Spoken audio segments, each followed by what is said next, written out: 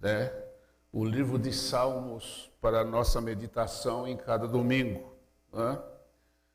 E vários irmãos já têm aqui colocado a sua mensagem que Deus mandou, e todos os domingos nós temos sido enriquecidos, né, com algum enfoque dos Salmos. E hoje, coube a mim a falar com vocês, está escolhido o Salmo 37. Parece que está havendo uma falha na... Tá bom? Parece que está falhando, né?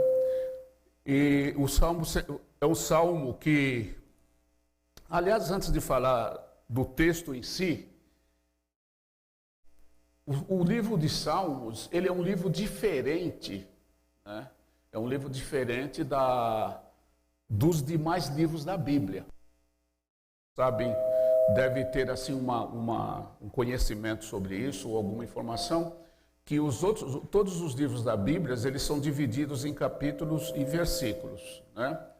O livro de Salmos, eles são apenas numerados, porque ele abrange vários assuntos num vasto período de tempo, e que cada pessoa ou cada autor fez a sua colocação, tendo em vista a condição que vivia naquela época, né? Então nós temos... Tá bom.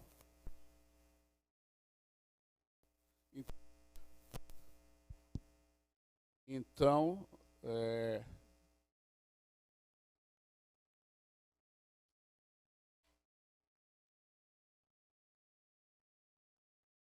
tá bom. Então nós temos o Salmo, por exemplo, o Salmo de Moisés. O Salmo de Moisés conduziu o povo, tirou o povo do Egito, foi muito... Mas tem um salmo dele registrado, tem salmo dele, né? Nós temos salmos de Salomão, muito tempo atrás, bem depois de Moisés, mas muito tempo antes desse texto que nós vamos ler, né? Então, cada situação vivida pelo povo de Israel, teve aqueles homens de Deus que foram narrando, né, na forma poética, né? Então, o Salmo 137, por exemplo, é um salmo que ele reflete uma condição de vida que Israel vendo numa situação de cativeiro. Uma situação de cativeiro. Uma situação, ou seja, numa situação onde eles não estavam mais na sua terra. Estavam sob dominação de outro povo. E toda esse acontecimento parte do acontecimento, né, ele gerou uma série de sentimentos pessoais naqueles que foram levados cativos, né? Então eles não tinham mais liberdade para viver uma vida totalmente livre, conforme requer qualquer ser humano, né? Aspirando pela liberdade, esse é o texto que nós optamos por colocar. Então nós vamos ler esse salmo agora. Primeiro vamos ler todinho o salmo, para depois nós podermos expressar algumas coisas relativas a essa verdade. E ao mesmo tempo nós queremos conversar com a igreja, fazendo uma conexão de uma condição de um povo de Deus numa determinada época e a igreja hoje. A igreja hoje. Que são condições diferentes, mas todas elas refletem realidades de quem serve e de quem teme a Deus, né? junto aos rios da Babilônia, nós nos sentamos e choramos com saudade de Sião. Ali nos salgueiros penduramos as nossas harpas. Ali os nossos captores pediam-nos canções. Os nossos opressores exigiam canções alegres, dizendo: cantem para nós uma das canções de Sião. Como poderíamos cantar canções do Senhor numa terra estrangeira? Aí ele expressa uma visão, já uma visão, né? Que a minha mão direita define, ó Jerusalém, se o meu esquecer de ti, que me grude a língua ao céu da boca, e se eu não me lembrar de ti e não considerar Jerusalém a minha maior alegria, né? Fez ponto. Agora já é uma oração. Lembra-te, Senhor, dos edomitas e do que fizeram quando Jerusalém foi destruída. Pois gritavam: arrasai-na, arrasem-na, até aos alicerces. Ó cidade de Babilônia, destinada à destruição, feliz aquele que retribuir o mal que você nos fez. Preste bem atenção. Feliz aquele que pegar os teus filhos e os despedaçar contra a rocha. Dura é esta advertência, né? Advertência a uma cidade. Então, queridos, deixa eu pôr o meu óculos para eu poder ler alguma coisa, e também tem ali a tela, né? Que eu tenho que me adaptar, né? A gente não está acostumado. Então, veja só, o primeiro, devemos lembrar que a expressão de todo esse salmo, ela traz vários enfoques, várias realidades. Ela tem realidades materiais de uma situação vivida, e a consequência dessa situação, ela tem realidades espirituais. Por quê? Porque ela tem conexão com a ação divina, né? Então ele fala assim: junto aos rios, nós nos sentamos e choramos com saudades de Sião, né? Com saudade de Sião. Mas eles já estavam cativos, tinham sido levados para a Babilônia, né? E agora eles estão dizendo que nos momentos em que estavam assentados naqueles rios, né, haveria mais alegria nos seus corações, em hipótese alguma.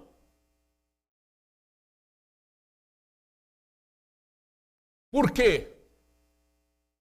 Estavam sem liberdade.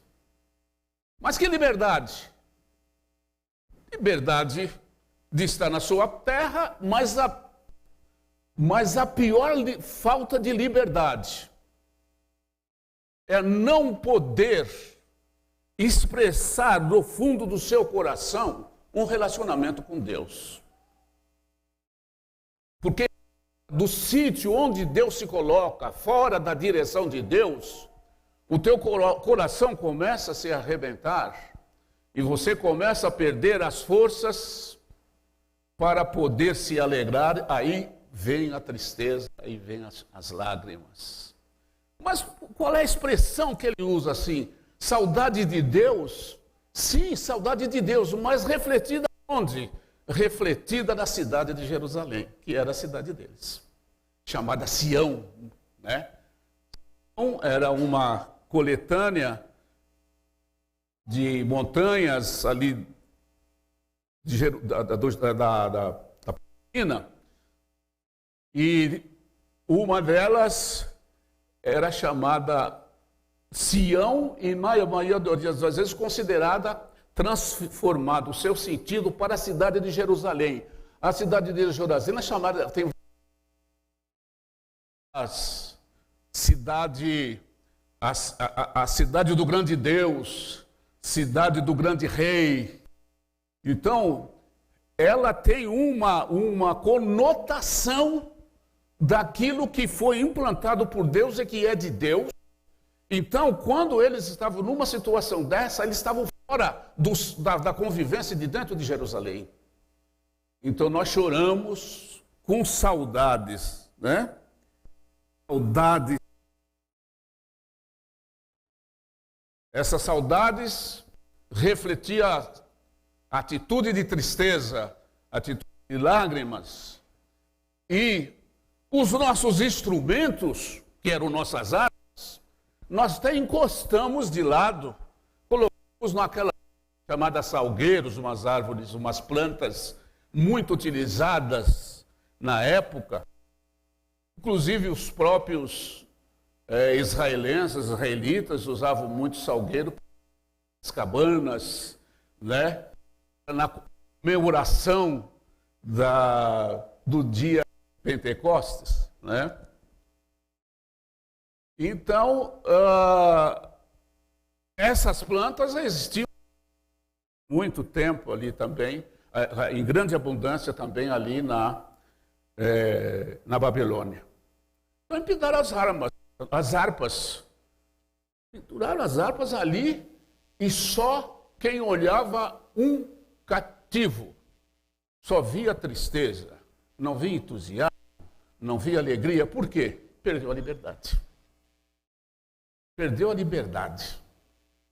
Quem tirou a liberdade? Foram eles que tiraram. Os babilônios. Vamos, né, avançar para eu conseguir colocar essa mensagem dentro do necessário aqui para os irmãos, né? Mas veja só, a zombaria, né? Essa zombaria. Os nossos opressores chegaram para nós e falavam assim: cante uma canção lá da cidade de vocês. Traga-nos uma canção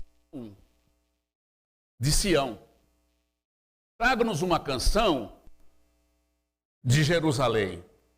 Porque eles sabiam que quando aqueles opressores sabiam que o povo de Israel, quando estavam no seu lugar, eles tinham adoração contínua, eles estavam na cidade de Jerusalém, só adoravam e cantavam, né?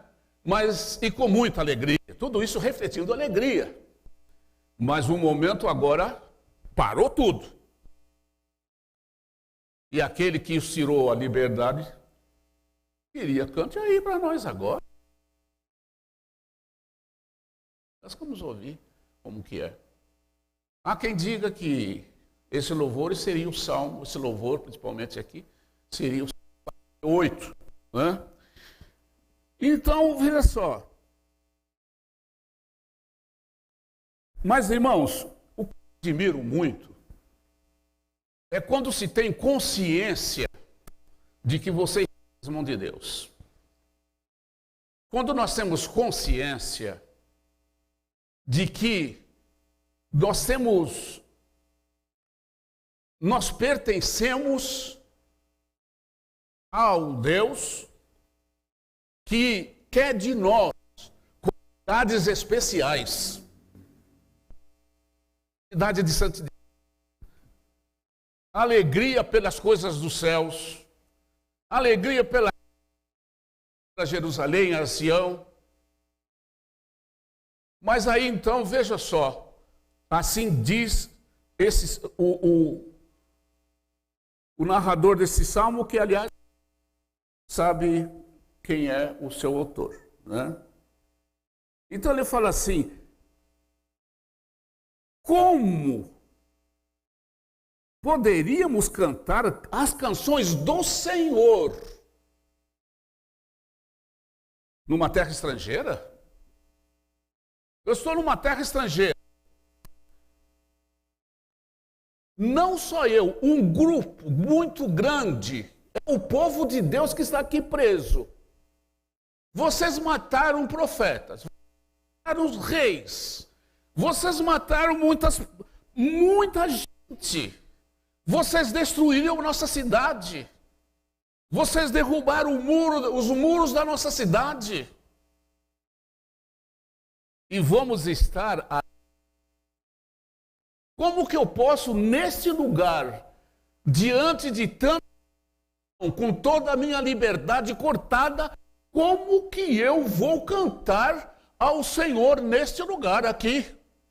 Não tem condições. Talvez podíamos traçar aqui.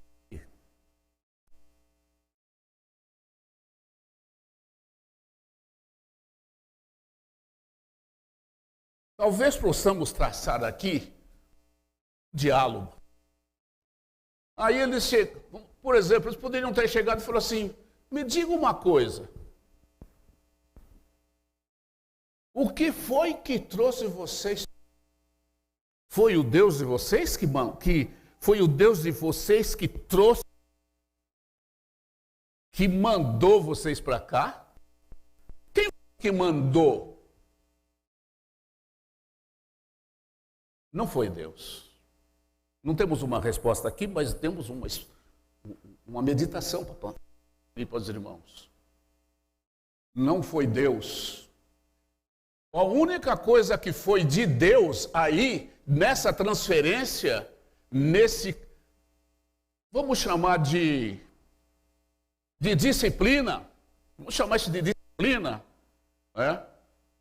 A única coisa de Deus aqui é uma permissão por causa de desobediência do povo. Lê para nós, por favor, se puder fixar para nós. Aí o livro Deuteronômio, capítulo 4, 25 até o 31. Se é possível, os irmãos colocarem para os irmãos lerem, né?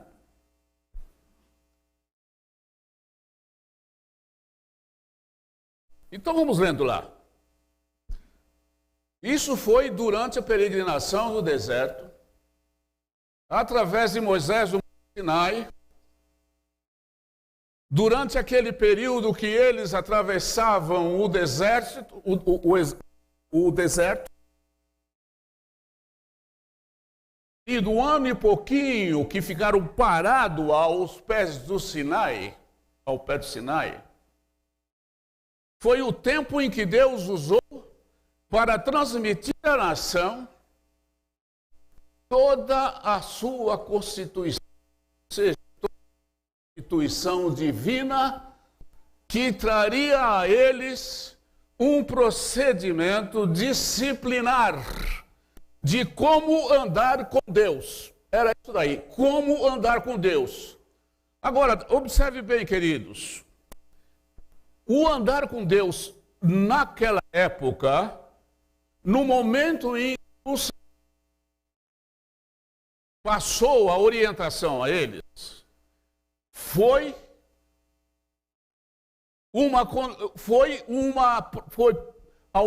promessa de bênçãos, foi promessa de firmeza, foi promessa de segurança e foi promessa de total liberdade. Mas tem um porém. Adicional. Na época da vida, do Velho Testamento, que abrange toda essa história, tudo foi com Deus. Como assim? Como assim? Se você fizer, meu filho, se você não fizer, você não é abençoado. Se você obedecer direitinho, fica sempre na terra que eu coloquei vocês. Se vocês buscarem ciência sempre, vocês vamos acrescentar alguma coisa. Vocês terão um centro de adoração, onde eu sempre estarei falando com vocês Os dias. Onde seria esse centro de adoração? Claro, Sião. Sião, cidade de Jerusalém. Ali o Senhor falava, porque no começo,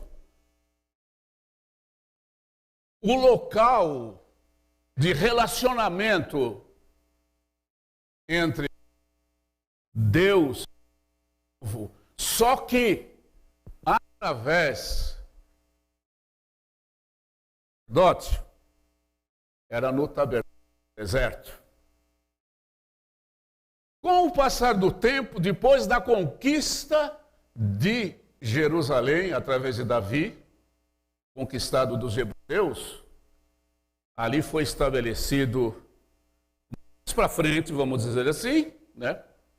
Que não foi o reinado de Davi, no Monte Moriá, em Sião, foi construído o templo de adoração. Né? Então vocês tinham tudo para adorar. Era todo dia. Sacrifício, sacrifício, sacrifício. Deus falando. Deus, uma vez por ano, o sumo sacerdote entrava lá, fazia expiação dos pecados e tinha sempre uma consciência no povo do perdão dos pecados. Liberdade. Total liberdade. Né? Então, o que acontece, querido? Veja só, era condicional. A terra na leite e mel. Vocês obedecendo, ninguém põe a mão em vocês. Ninguém. Não é porque vocês são fortes que vocês vão pegar vão encarar. Não, é porque eu luto por vocês. Eu luto por vocês. Vocês não, a lavoura vai progredir no tempo certo, as estações do tempo certo, o vosso gado. Tudo vai ser terra que manda mel, que simboliza a fartura. Fartura. Ah, muito bem. Senhor, no começo, eles até falaram, Zé, fala para o Senhor que tudo que ele falou nós vamos obedecer. Amém. E Moisés chegou e falou, o povo falou, vai obedecer. Mas é assim. Se obedecer, tem. Se não obedecer, não tem. O que é pior? Vai acontecer o pior. Vocês vão perder o principal da vida de vocês. Vai perder a liberdade. Olha lá que está escrito dentro desse contexto da condição que Deus estabelece. Olha aqui. Quando vocês tiverem filhos e netos, e já estiverem há muito tempo na terra, e se corromperem e fizerem ídolos de qualquer tipo, fazendo o que o Senhor, seu Deus, reprova, provocando a sua ira, invoco hoje o céu e a terra. Como se diz, né? Olhe para o céu e a terra. Falando aqui, ó. E daí? Como tem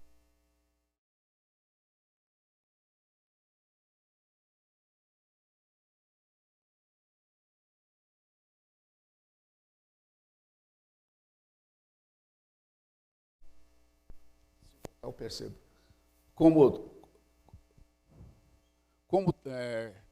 Hoje, eu invoco hoje o céu e a terra como testemunhas contra vocês, de que vocês serão olha, presta bem atenção, contra vocês, de que vocês serão rapidamente eliminados da terra, da qual estão tomando posse ao atravessar o Jordão. Vocês não viverão muito ali, serão totalmente destruídos. O versículo, então, pedi até o o Senhor os espalhará entre os povos, e restarão apenas alguns de vocês no meio das nações, às quais o Senhor os levará. Lá vocês prestarão culto a deuses de madeira e de pedra, deuses feitos por mãos humanas, deuses que não podem ver, nem ouvir, nem comer, nem cheirar. E lá procurarão o Senhor, o seu Deus. Preste bem atenção aqui. E lá procurarão o Senhor, o seu Deus, e o acharão, condição, se o procurarem de todo o seu coração e de toda a sua alma. Quando vocês estiverem sofrendo todas essas coisas, todas essas coisas tiverem acontecido com vocês, então em dias futuros, vocês voltarão para o Senhor, o seu Deus, e lhe obedecerão. Pois o Senhor, o seu Deus, é Deus misericordioso. Ele não os abandonará, nem os destruirá, nem se esquecerá da aliança que com juramento fez com os seus antepassados. Deu para perceber a condição? Essa é a condição.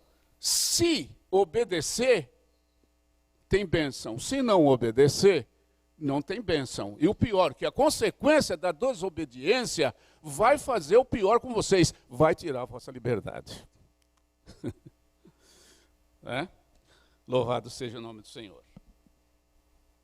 Mas, irmãos, eu acredito que vocês estão acompanhando bem a linha de raciocínio da mensagem, né?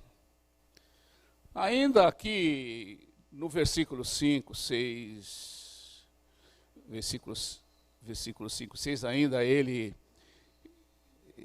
dá uma demonstração, né? Uma demonstração do quanto Jerusalém, do quanto Sião está arraigada dentro deles, né? Tá certo? Até que ele chega então dizer que a minha mão direita define a minha mão. Eu não posso estender minhas mãos. Ó Jerusalém, se eu me esquecer de ti, que essa mão resseque, não posso esquecer de ti, Jerusalém.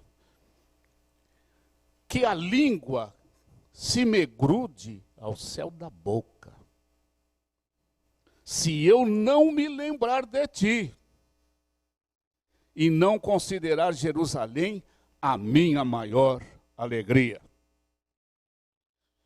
Isso é um sentimento, irmãos, para quem reconheceu o seu momento de miséria. De alguém que, depois de estar numa determinada condição, onde os bons tempos passaram, e você mais não vive neles, aí veio a lembrança dos bons tempos, a lembrança da presença contínua de Deus, a lembrança de um local sagrado, onde qualquer coisa você podia chegar, você tinha a liberdade de chegar e falar com Deus através do sacerdote. Você tinha.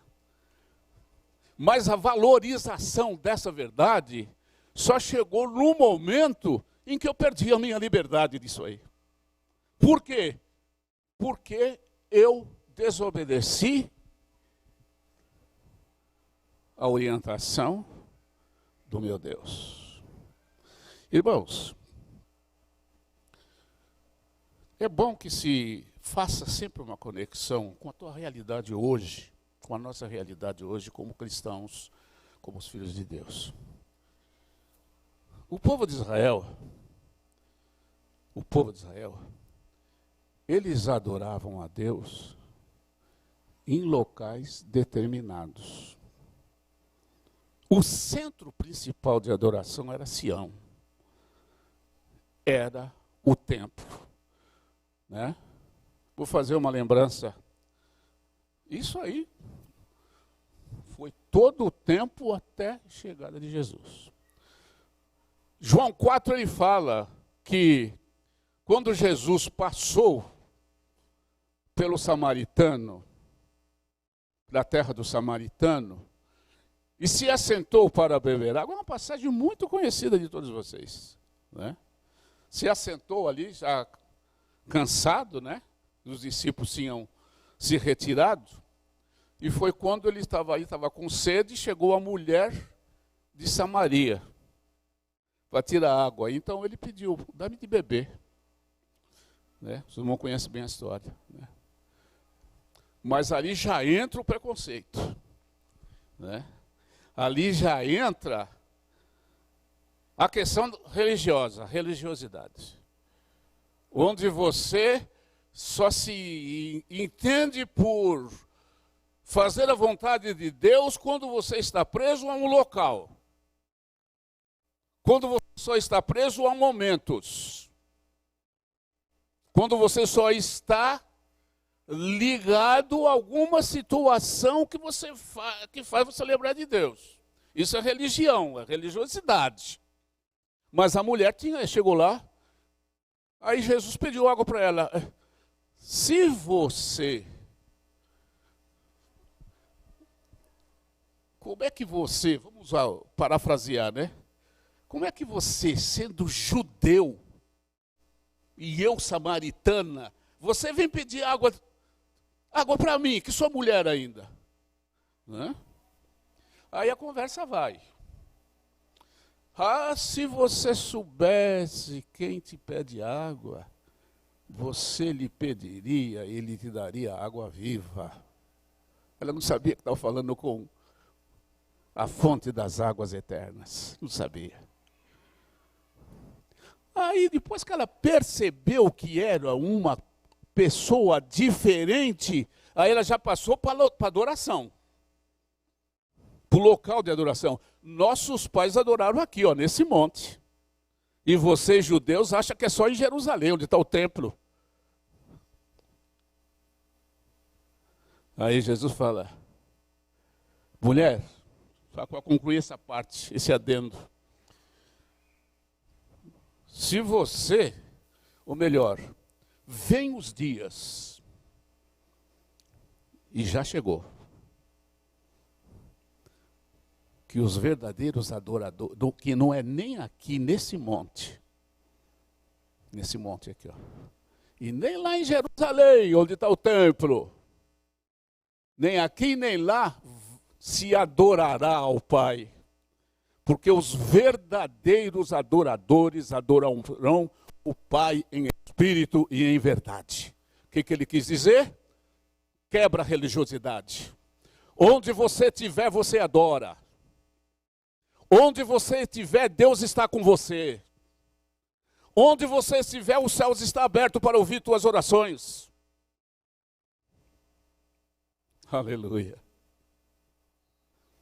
Não precisa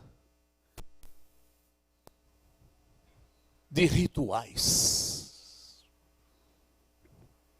Põe aquela roupa, põe aquele... tem que ter um intermediário. Não precisa. Onde você estiver, há portas abertas dos céus diante do trono de Deus para receber a tua oração e te fortalecer. Isso é hoje. Depois que ele falou que chegou. Mas vamos aqui, irmãos. Guarde uma coisa interessante.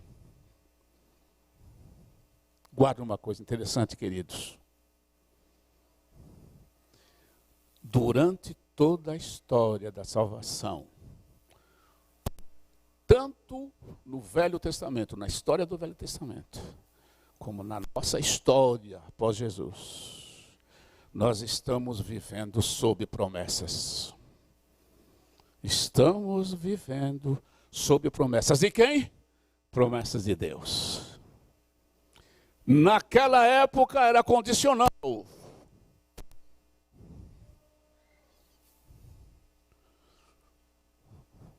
Mas hoje, não é condicional. Em que sentido? Só existe uma condição.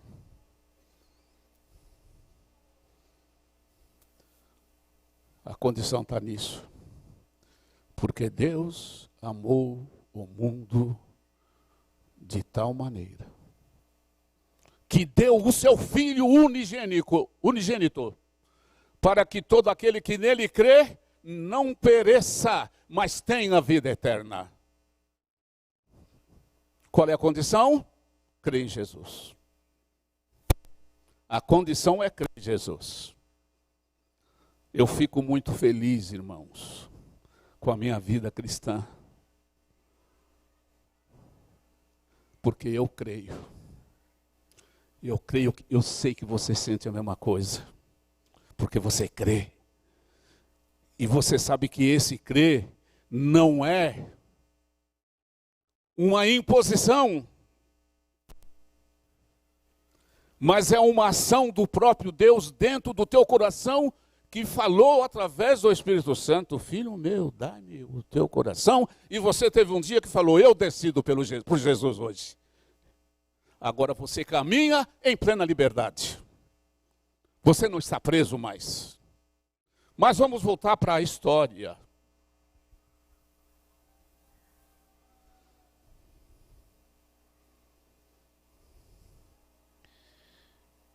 Então era promessa do Senhor, mas condicional. Na época deles, o Salmo, né? Pela expressão do Salmo. Nós vemos Deuteronômio 4, 25 a 31. Mas veja só, mas não teve jeito. Não teve jeito para o comportamento desse povo. Que Deus falava, que houve uma época de bênção, mas o povo não suportou a pressão dos seus vizinhos e da mistura que havia entre eles, que é outra história para a gente conversar. Não suportaram e esqueceram do Deus verdadeiro, do Deus da liberdade, e passaram a buscar as outro Deus. E então havia promessa: se você fizer, tem bênção; se não fizer, não tem. Quando chegou então, vamos ver aqui, eu devo ter anotado, parece que é 606 antes de Cristo. Lê para nós aí, por favor, irmão. Cita para nós, por favor, aqui. Jeremias 36, versículos 1, versículo 6 e versículo 9. Vamos ver o que está escrito lá. Muito bom ter aqui esse data show para mostrar tudo, né? Preste bem atenção.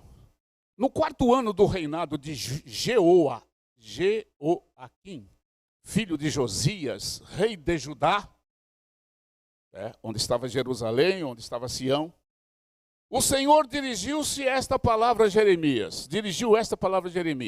Vamos lá. Pegue o rolo 36:2. Não, irmã, faz favor, 36, 1, 6 e 9, por gentileza. É possível ou não? Não?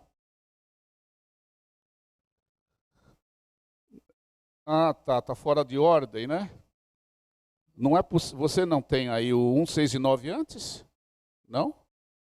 Se não tiver 36, 2, então pode ler o 1, põe o 1 então, põe o 1.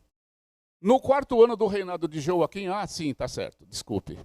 Filho de Josias, rei de Judá, dirigiu o Senhor a essa palavra a Jeremias. Pode ler o número 2. Passar o número 2. Não, eu quero ler o versículo de número 6. É possível? Versículo número 6, é mais objetivo no momento. Por isso, vá ao templo do Senhor no dia de jejum, e leia ao povo as palavras do Senhor que eu ditei, as quais você escreveu. você também os lerá todo o povo de Judá que vem das suas cidades. Eu acho que eu marquei, devo ter marcado errado. Por quê? Capítulo 36, versículos 1, versículo 6 e versículo 9. Versículo 9, então, agora, vamos ver. Então, eu devo ter marcado errado, né? Vê o versículo 9, por gentileza. E no 9º mês do 5º ano do reinado de Joaquim, filho de Josias, rei de Judá, foi proclamado um jejum perante o Senhor para todo o povo de Jerusalém e para todo o povo que vinha da cidade de Judá e para Jerusalém. Eu devo ter anotado, mas eu vou só explanar. Obrigado, irmã. Quando chega nesse período, está escrito que Nabucodonosor chegou à cidade de Jerusalém, sitiou por vários tempos, foi sitiando, e nesse ano, no determinado momento, eles invadiram a cidade de Jerusalém, derrubaram os muros, puseram fogo, derrubaram o templo de Jerusalém, levaram todos os vasos onde você oferecia as oferendas ao Senhor, pôs fogo em tudo, levou o povo como cativo para a Babilônia, e, além de levar o povo cativo para a Babilônia, levou desde os mais jovens, inteligentes, preparados, levou para a Babilônia, todo aquele povo que tinha muito vigor, inteligência, sabedoria, porque era um povo de Deus, levou para Jerusalém e levou para a Babilônia e deixou dentro de Jerusalém, de toda a parte sul, né, de Judá, levou tudo para a Babilônia e deixou ali só os velhos, algum remanescente muitos fracos, muito imprestáveis, vamos dizer assim, né? Levou para lá. Então vejam só, aqui cumpriu-se uma promessa do que nós lemos antes. Se você fizer, é abençoado. Se não fizer, não é abençoado e ainda vai ser levado cativo. Mas o profeta Jeremias, ele chegou a profetizar também, que este período seria um período de 70 anos. E eles tinham isso dentro do coração deles. Então, por isso que oravam. E quando você fala que foi levado cativeiro para a Babilônia, foi naquela leva que estava o profeta Daniel. Né? Sadraque, Mesaque e Abednego, que receberam depois esse nome lá. Né? Eram eles que já estavam lá em Babilônia. Mas, meus queridos irmãos, fazendo uma conexão dessa história de um povo que era de Deus, que perdeu a sua liberdade por causa do pecado, mas por causa das promessas de Deus, por causa das promessas de Deus, feita desde Abraão, o povo de Deus nunca seria totalmente destruído, nunca seria. Então aqui, nesse cativeiro, já existia uma promessa de Deus de restauração. Tá certo? Então, veja só, eu quero... vamos ver então, Jeremias 31:16, que fala dessa restauração. 31:16, irmã, é possível? Jeremias 31:16, ele vai nos mostrar, então, que há uma promessa de Deus de restauração. Assim diz o Senhor: contenha o seu choro e as suas lágrimas. Né? Veja só, junto ao rio de Babilônia nós chorávamos, né? Contenha o seu choro e suas lágrimas, pois o seu sofrimento será recompensado, declara o Senhor. Eles voltarão da terra do inimigo. Então, irmãos, para nós não avançarmos muito, eu ainda quero falar do cumprimento desse retorno. Coloca para mim, queridos. O Salmo 136. 136. Para adiantar um pouquinho mais, que o nosso tempo corre bastante. A gente não tem muita experiência aqui dessas habilidades de usar essas... 136, versículo... Não, 136 não, perdão, 126. 126, versículo... Deixa eu ver se eu anotei aqui, também para ajudar um pouquinho na minha... 1 a 3. 1 a 3. Vejam só o que está escrito nesse salmo, irmãos. Veja só o que está escrito nesse salmo. Quando o Senhor trouxe os cativos de volta a Sião, foi como um sonho. Então a nossa boca encheu-se de riso. Aleluia. E a nossa língua de cantos de alegria. Até nas outras nações se dizia, o Senhor fez coisas grandiosas por este povo.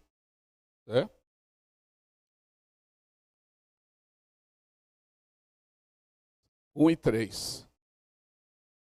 Sim, coisas grandiosas fez o Senhor por nós. Por isso estamos alegres. Mudou? Mudou a condição ou não? Então aqui você tem tristeza porque perdeu a liberdade. Perdeu a liberdade porque desobedeceu a palavra de Deus.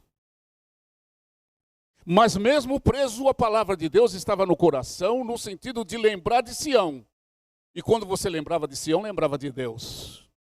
Quando você lembrava de Sião, você orava a Deus. Você não estava preso no seu coração. Não estava preso. Você tinha liberdade de orar. Como ele falou, Senhor, né?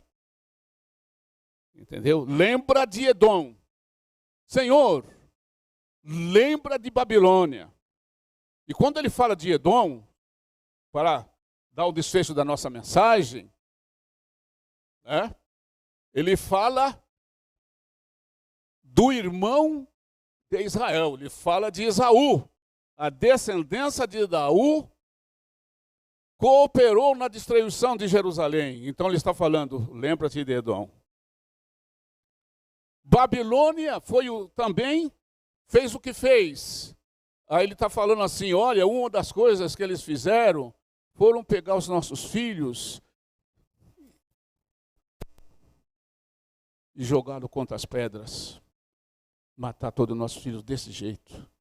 Lembra-te deles. Aí nós vamos ter promessa contra Edom, vamos ter promessa contra a Babilônia, do próprio Deus, promessa contra eles. A oração deles também foi atendida. A história vai mostrar isso. Dando, então, irmãos, o fechamento da nossa mensagem. Eu quero que os irmãos saiam daqui com o seguinte entendimento. Que a nossa época, você não vive mais em cativeiro. A condição da igreja cristã é totalmente diferente. A condição da igreja não é, até na oração, é oração pelos inimigos. Não é como aquela oração, pega eles e mata os filhos como matou. Não. Aquela condição era aquela condição mesmo, de olho por olho, dente por dente. Mas hoje, se o Filho vos libertar, Jesus falou, verdadeiramente sereis livres. Você é livre para tudo. O véu do templo rasgou-se de alto a baixo. Está aberto o caminho para falar todos os dias com o Senhor. Você é livre. A igreja é livre. A igreja fala com Deus todo dia. Deus está com a igreja todos os momentos. Eis que estou convosco todos os dias até a consumação do século.